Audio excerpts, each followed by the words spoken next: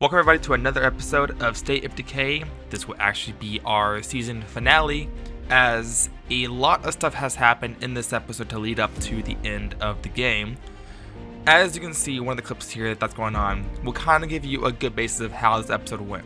Another issue, I don't have audio. I'm not sure what was going on with Stream OBS, so I am trying to figure that out.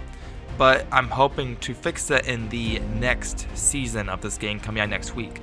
But for now, unfortunately, there's no audio. However, I will keep playing the game as normal. I'll bring this back up next week. We'll be a-okay, so I hope, without further ado, you guys enjoy the episode. Because I did not. By the way, this is a two-part episode, as things got so heated that this needed to be a two-parter, as a lot has happened. So if you want to see the whole story, I'm going to have part 1 coming out soon, and then part 2 coming out tomorrow. Alright everybody, welcome to an episode of State of Decay. Now, starting out, first things first, there will be a mix of voiceovers and real life reactions going on in this video. As, like I mentioned before, I was having audio issues, so now we're going to do a little bit of voiceovers to direct what we're doing, and then I'm going to let the gameplay speak for itself. It's going to sound really weird, and I am sorry about that.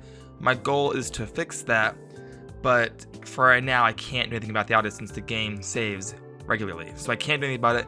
But the first thing I did in this episode was revisit an old survivor that ended up dying between episodes, which I have been doing a little bit to get loose so I don't bore you guys to sleep. But in the meantime, I end up losing a character due to a pack of 3 pharaohs as well as 1 from another horde that ended up killing me in 3 seconds. I don't have footage for it, as I don't really record whenever I'm not actually recording the game. I thought I'd be fine. It turns out I was not. I'll learn my lesson, and maybe I'll do better in the next season, but it was rough. So this is the first character I'm going to lose, and I say first because I have lost many. Now, you see in the top left, I did get a message saying that the items from Sophia were deposited into my loot, because of the fact that she did die and she was in a spot where either she became a zombie for too long, or she was somewhere where I couldn't get her. So the game put my loot for me away, but I didn't realize that until 4 minutes of me looking for her. So that's how the episode starts, but it's gonna get crazier for me here on out. The reason why this episode took a little longer than usual to make was because I was having a Bangernomics curveball, and that is one of the worst to have, because I'm pretty sure it uses triple the fuel, and I haven't been having a good run with it. So I've been having to just run out the time in the meantime, which was fine. It wasn't too bad. I do have, as you can see, I have literally 0 gas. So I'm gonna probably upgrade the gas outpost that I had down here. There's a Pharaoh down there, also a Juggernaut. Gotta keep in mind on that. So I do want to probably upgrade this to get level 2. Other than that, everything else is pretty good. I really need to get another character. So I'm thinking of taking over one from another outpost, or from another enclave, or what I can do, alternatively, is to find more survivors, and then keep looking like that. What I'm looking for is probably another driving character, because that saves off on a lot on gas. The good thing is also the enclaves also reset, so I should be able to get some gas cans, hopefully. Let's go ahead and make a couple of pit stops, buy a couple of enemies, get a little bit of easy money, and then we'll go stop by and see what they have. But I think I let the greed of the influence get the better of me, as some mistakes were made, but I learned my lesson, right? Right? I swear, I had just lost a character the day before, and if I had lost another character to a freaking bloater cloud, I would have lost my shit. And also, I'm gonna warn you, this episode is not PG friendly. There will be a lot of cursing for voiceovers and in a game. I then spent some time trying to kill infestations, as they still give you a good amount of influence, but I didn't want to spend too much time here because I was trying to get to other enclaves. So I have new enclaves that I did look into, but I need to figure out what their ally bonuses are, because I want to be able to claim one of their people. And if they have a bad ally bonus, I wouldn't feel at all bad about taking their people. The first Enclave didn't really have any good survivors. Like, one character already had chemistry, which I already had through munitions, which is the whole point. Cooking is okay. It's not great, but I don't have a lot of food to give either. And of course, I could go for a 5th skill, but I don't have anything that I'm really looking for. What I'm looking for are bonus 5th traits, like driving or hygiene. I already have hygiene, which is good, just examples. But I need to be really careful with who I choose because that's really crucial at this point now that I'm so far behind in the game. Also doesn't help that the game does not want to register my commands, so if I try pressing E. Okay, you don't want to press E or not, that's fully fine. I don't have a weapon either, that's cool. The next Enclave here is pretty solid. They did have a gas can, which once again has been a staple for our most unlucky run I've had to Decay. But it's very useful, but this also realized that the character that I lost between episodes was a character that would give me more parts when I scrapped certain items. So I lost that buff, which is a huge detriment because I was also running low on anything repair kit wise. Now, what they had for people were okay. It wasn't anything great, but it wasn't anything worth taking, so I just left again. Oh yeah, also, I did end up getting a character with stealth, which is actually super helpful because if I can get that to max, more gas, perfect. That means that I can loot containers without having to worry about there being any search crashes, which just saves a lot of time overall. Now that's quite a load. Another key thing is that in between episodes, I may have awoken more play cards, which, if you don't know, those cause infestations over time. And as you see the yellow bubble up there, that means that there's a horde heading to a nearby POI, so it will take it over as infestation. They're usually not too bad, unless they come by your base, which at one point, I had up to 4 around my base, which is no fun. I'm pretty sure once you get, I think, 8 or like 8 levels of infestations, then it becomes a siege site against your base and you're going to die. On Lethal Zone, I'm already crippled at this point where it would kill me, but infestations are still one of the best ways that I've gotten influence. I'm pretty sure I got like 4,000, 5,000 influence for this run alone because of infestations. So they're definitely worth doing. Plus, if you can get a better infestation like level 2 or level 3, you can get better rewards. For example, Juggernauts give you insane items. If you didn't see that in the last episode, what happens is that if you kill a Juggernaut in during an infestation, he drops in good stuff. And I mean like good guns, good ammo, like just super useful stuff that you normally can't get without spending hundreds of influence. So it's definitely worth doing. And yes, my face gets really, really white here. I'm sorry, it's a screen. I'm also just white in real life. I'm a ghost. But this is how I got my influence and how I got so far, because without those, I would not be where I am right now. I want this to go to at least level 2 so I can get those Juggernauts, because like those bonuses are insane. So let's head down here. It looks like here's clear, so we may actually only have 3 play cards. I'm thinking one here, and like one over here. So let's get our supplies and I'll meet you guys down there in a few minutes. Holy hell, that's heavy. This unfortunately is our last repair kit, which really sucks because if I take more damage, I haven't found a replacement yet. So I need to be super careful with how I do this. There's also a lot of new enemies out here. Actually, you know what? I'm gonna go kill them because this is an easy like 100 influence around the base. And once again, that pays for everything. So I should probably go take care of that right now before I head out. And once again, I go out here to kill enemies. And I think you remember what happens whenever I do this, right? Somebody dies. But you know what's worse than dying to myself? Dying to stupid game bugs that make no sense, that should not have been a problem. But oh my god, car, no freaking way that just did that. There's no way that it would have possibly done that to me. No, because why would the game have been easy? Oh boy, here we go. And this is where things get complicated. And at this point, I'm about to lose the Juggernaut. But then something new pops up at me. Something that will end up leading to my death. A pack of ferals, 3 of them to be exact. And here's the problem with ferals and only having one in the chamber, is that there is no getting out of this. They tackle me, they hit me, I get blood plague, I then go down. And guess who gets the final kill? Because my buttons don't work, the Juggernaut, which results in the second death of my characters. Oh boy, sometimes I just hate this game, and right now I'm feeling the pain. How do I do this? I have a gun. I'm gonna go down there and get my car back, because I need that.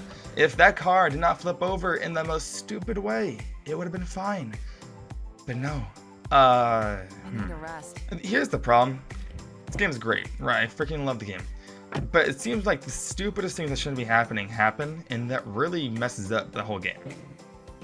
Because I don't die to my mistake, I die to the freaking glitches and bugs. Prepare for slight anger management problems here. Like that. Why does that happen? Why does that stupidly happen? What is this? That shouldn't be happening. That should not be happening. What is this bullshit? Also, I just want to point out, I am so surprised that I lasted so long dodging these pharaohs. So as long as you can dodge before they attack you, then you're safe. With 3 of me here and them attacking to like a certain pattern, that even being tackled by a pharaoh and then hit a few times, I still managed to get out of harm's way and thankfully onto a conveniently placed car right here. Now, thankfully, the Juggernaut was too far away to interfere. I got some easy kills in these guys, but that's all it takes. This game is going to break you down to your core, and I felt that today. I felt that so hard at 6 in the morning. I hated it. But you know what? I come back every single time, groveling in pain, but it's fun.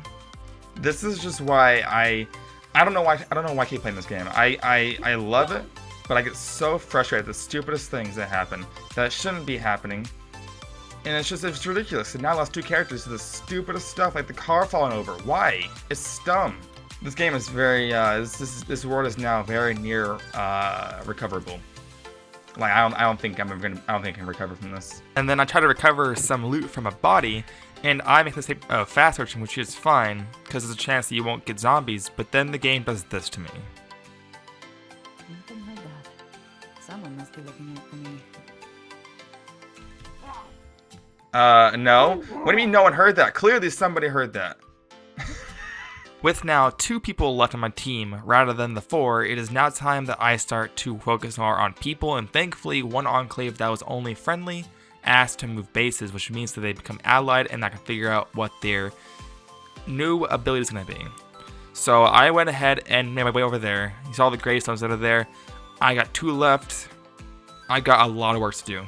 The quest wasn't that bad. What they wanted me to do was just clear out this base here. So what I did was just I used my car, honked the horn, and I had everyone follow me out, and I just ran them over. Because that's the easiest way I'm going to do this, and honestly, I don't want to take any more risks, because this is the only way I'm going to be able to get anywhere is by using my car. It is your great weapon in games, and I'm going to definitely for sure use it. After they finally arrived at the new base, I then decided to pick up my new character, who is going to be Ella in this case. And it was going to be a great asset to our team given that I just lost my chemist guy. But they also had a repair kit for me, which is incredible. So I went ahead and bought some stuff for them and then recruited her into my civilization in their shop. So I happily picked that up and I recruited her to the community and I went on my way to the next one. Now before I went out here to pick up the new recruit, I called in a supply drop that was kind of far behind the mountain, so I went ahead and did that quest first. But in the supply drop, it wasn't that good. Like there's some fuel bombs, some ammo, but that was really about it. So what I did was I got my stuff and I tried to loot that building in the back there. Those are secret hideouts where you can get ammo-based materials, so you can get guns, crossbow, ammo, all the fun stuff. However, there was a horde that just wouldn't leave. Those 3 bloaters just want to stay there and not leave. So I just left before it got nasty. Now, these huts you can find across every single map. I think there's like 5 to 7, I'm pretty sure, on each map. But they'll give you free supplies. They're just not marked on your map. So if you know what you're looking for, then you're good. If not, don't worry about it. Not a big deal. But if you do find them, definitely loot them because they can have some insanely good items. And as I open my map, this is where things get a bit tricky, as the number of infestations here are going to be causing a lot of problems for us, because a lot of these are going to end up being siege sites, which siege sites mean that if it piles up too far, we'll actually end up making trouble for your base, as they will make a huge horde against your base, and if you're not ready for them, you're going to be in a load of shit. So then I make it a goal to go back to the infestation, start taking care of them. Like I said before, I did let it get a little out of hand, and given how far I am into this and all the issues, this is the last thing I needed to take care of, because this will ruin my community. So I cannot let this get built up too far. And if they're orange, it's bad. If they're yellow, you got time. It does mean that you can just stop by whenever you want to. But if enough orange C-sides pop up, you're not going to be ready for it unless you've got like guns everywhere, which I don't. I've got like 3 guns to people, that's it. So I could not let that happen. Now these are all really easy. So as I mentioned before, infestations, you can kill them just by killing the screamer. The bloater doesn't really matter that much because of the fact that it blows up while it's inside of there. Now I did see that bloater on the ground, so that's probably gonna be, you know, ominous background back there. But if I can kill the screamer, then that means I will clear the infestation and it's all over. And that means that I have reduced the threat for now. I then kill yet another infestation, that'd be another 55 of influence, and 1 less siege site. And then I make my way down to the southwest part of the map, as there are 2 enclaves I want to make sure that I can talk to and get some supplies from, and also another enclave to get another member from, as they have the combat resupply, which is not very good, so I want to go ahead and get a character from their enclave in particular. And upon getting to the enclave, I was excited because I was met with a programming 5th skill, which is good for upgrading your command center. However, what I didn't realize is that this was the wrong enclave. This is actually a good one. This was a enclave that gave you the ally bonus for dinner and mood, I think what it was. So what it is, it's plus 8 morale plus 1 food per day. That's really good. You want to have that. So I was upset when I realized I had to actually not pick somebody up, and that meant that I lost something really cool. But it's fine. Maybe the next one will be even better. Who knows? The next enclave was actually really good because they had 2 toolkits, which means that I can blow up twice, but I went through their perks and they were just okay. Like somehow, like they were okay. One person only had a cooking skill of level 1, which means that you cannot get the better perk of that perk. It was terrible, but I ended up picking one of the characters, being her, because I can give her the 5th trait. Plus, she also had backpacking, which is also a very useful trait. So we went ahead and picked her up, and then we left. Using my radio, I did call in for more survivors, and I called in the lodgers, which are actually super close by, which is really useful. But then something else happened at my base, and a fight broke out, which caused 2 of my people to be upset.